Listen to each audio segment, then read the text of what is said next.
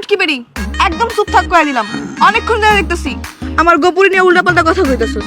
আর একটা যদি উল্টাপাল্টা কথা কইছস খবর আছে কিন্তু। এই তোর জিব্বার দইরা মিটাইলে সে বানামু।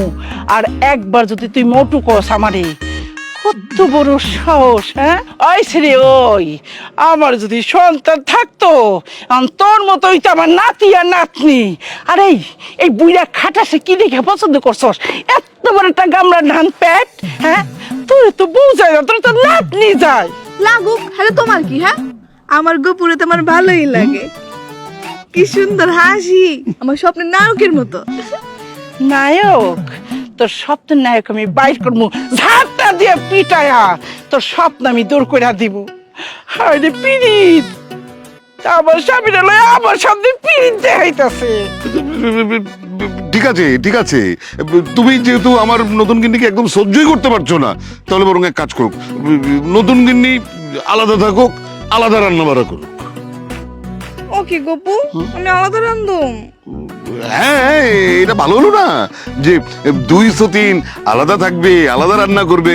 আমি মনে করো যে সকালবেলা তোমার সাথে খাবো, দুপুরবেলা বড় গিন্নির সাথে খাবো, আবার রাতের বেলা তোমার সাথেই খাবো। ওই গাছে কাঁঠাল গোপে তেল, শখ কত! ওই তুই তো একটা বেইমান, তোরে তো আমি রাইন্দা খাওয়ামু না।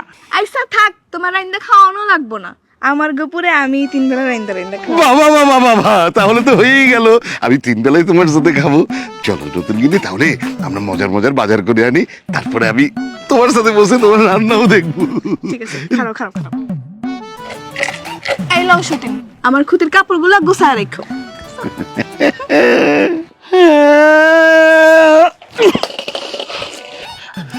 আমিও দেখবো এই সাদাই পিড়িত কয়দিন থাকে। ছোট গিন্নি, কেমন লাগছে আমাদের গ্রাম ঘুরে দেখতে? ভালোই লাগতেছে, গ্রামটা কিন্তু সুন্দর আছে। হ্যাঁ সেটাই তো। আর এই যে এই লিচু বাগানটা কেমন লাগছে? ভালোই, বড় সড়ো। ওই দেখ দাদু নতুন বউ না, ওই যেন যাইতাছে, মনের আনন্দ ঘুরতাছে। যেমনেই হোক এই গোপাল দাদুরে সরাইতে হোক, আর এই যে নতুন বউটা আছে না, ওরে আমার পেরা লইতে হোক। কেমনে কি করবি? আয় আয়। হ্যাঁ এই বাগানের মালিক কিন্তু খুব মানে বোকা একজন মানুষ ছিল। আমার বুদ্ধির প্যাচে পড়ে সে পুরো বাগান আমার নামে লিখে দিয়েছে। তোমার এই চিকন বুদ্ধির লেগেই তো আমি তোমার বিয়া করব।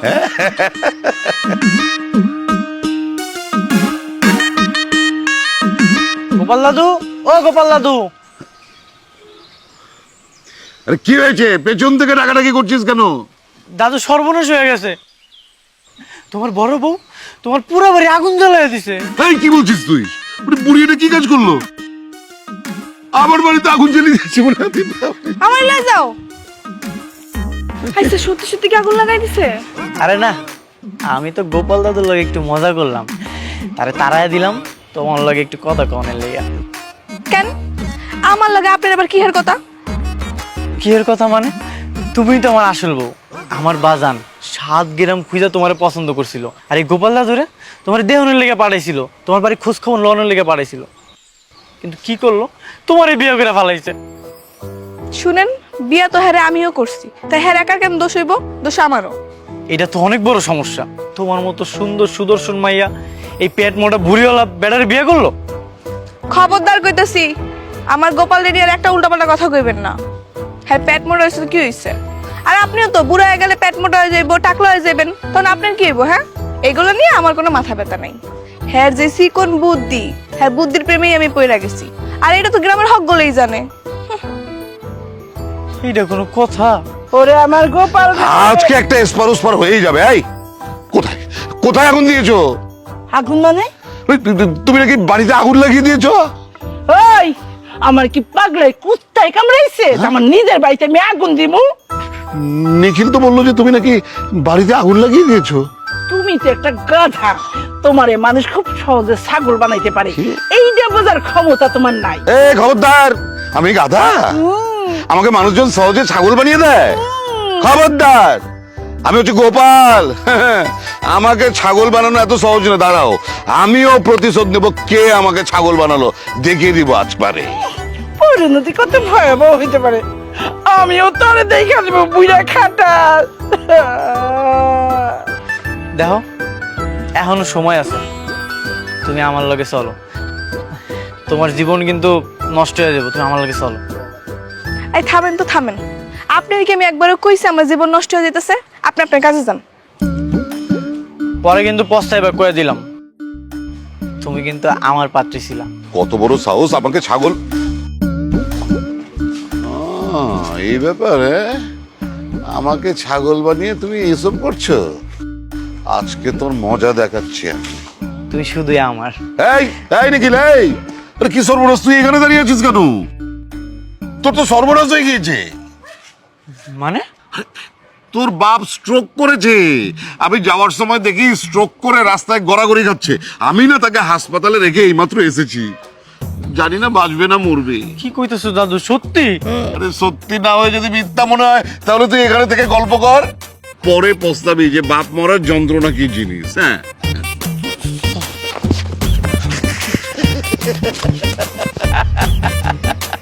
কি ব্যাপার গপু, তুমি হাসতেছো কেন? স্টক করে নাই? আরে না, কিসের স্ট্রোক? আমি মিথ্যে কথা বলেছি। ওই যে আমার বাড়িতে আগুন লাগানোর মিথ্যে কথা বলে আমাকে দৌড় পাড়িয়েছে না, সেটা শোধ নিয়েছি। আমিও এই জন্য মিথ্যা কথা বলেছি যে ওর বাবার স্ট্রোক করেছে। তার মানে বুড়ি আগুন লাগাই নাই? আরে না তো। আইসি চলো বাজারে চলো। হ্যাঁ তাই চলো। আচ্ছা ছেলেটা তোমাকে কি বলছিল? কইতাছো তোমার লগে আমার মানায় না, তুমি টাকলা বুড়িওয়ালা। আরে হিংসে, বুঝলে, হিংসেতে সবাই এরকম করছে। মানে আমি যে এত সুন্দরী একটা মেয়েকে বিয়ে করে নিয়ে এসেছে এটা কারো সহ্যই হচ্ছে না, সেই জন্য হিংসায় জ্বলছে তারা। বাজারে চলো, দেখবে আরো কত মানুষ যে জ্বলবে। এই লও সতীন, বালিশ লও। বালিশ দিয়ে কি করবো? সে কি কথা, দেখি ঘরে গিয়ে ঘুমাও। আমি আর গপু তো আজকে থেকেই ঘরে ঘুমাবো। ও মা গো মা, 2 দিনের বৈরাগী ভাতরে কয় অন্ন, আমার ঘর থেকে আমরে বাইরে যেতে কয়। মাইয়া সাহস কত! সাহসের কি আছে? আমি এখন এইবারে নতুন গিন্নি, আমি ঘরে ঘুমাবো আর তুমি গিয়ে ডেকে ঘরে ঘুমাইবা। আর গোপাল যদি আর একটা বিয়া করে তখন হ্যাঁ আবার ঘরে ঘুমাইবো, এটাই তো নিয়ম। চলো গিন্নি, তুমি তৈরি হয়েছো? চলো চলো চলো, আমরা ভেতরে চলে যাই। হুম,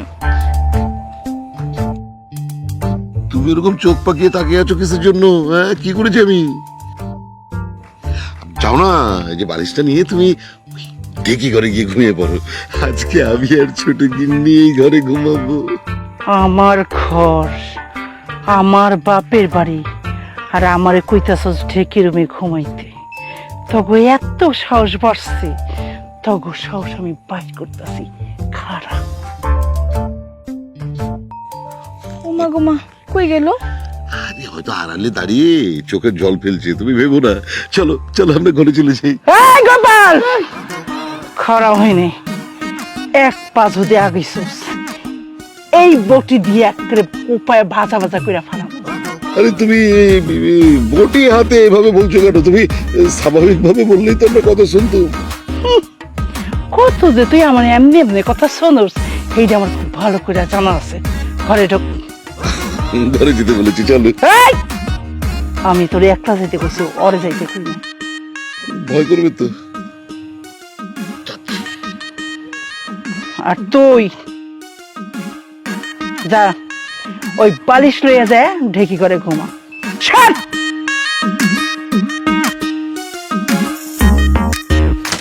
ওমা!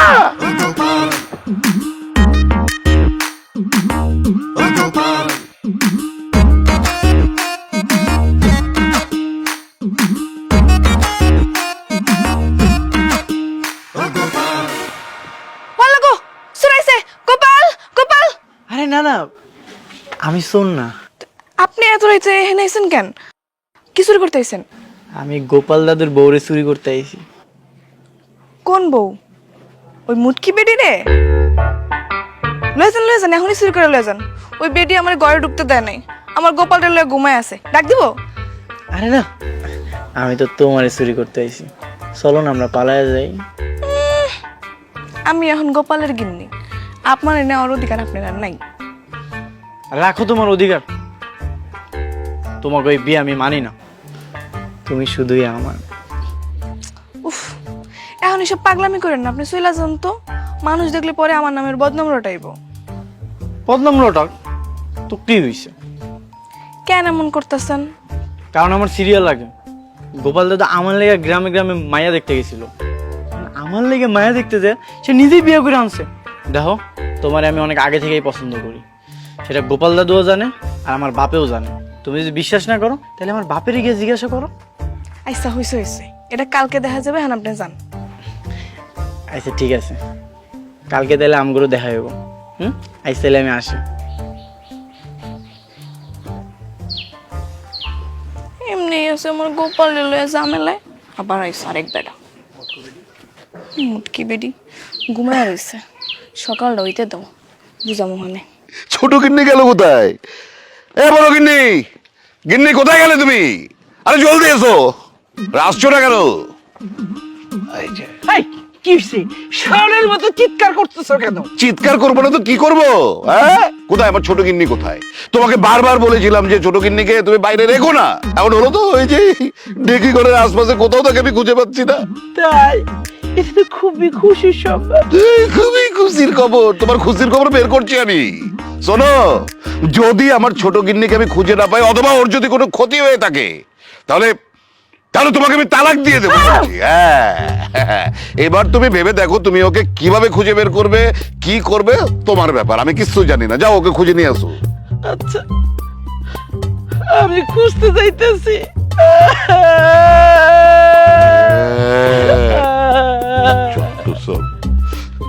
ও ছোট গিন্নি, ঝুমা।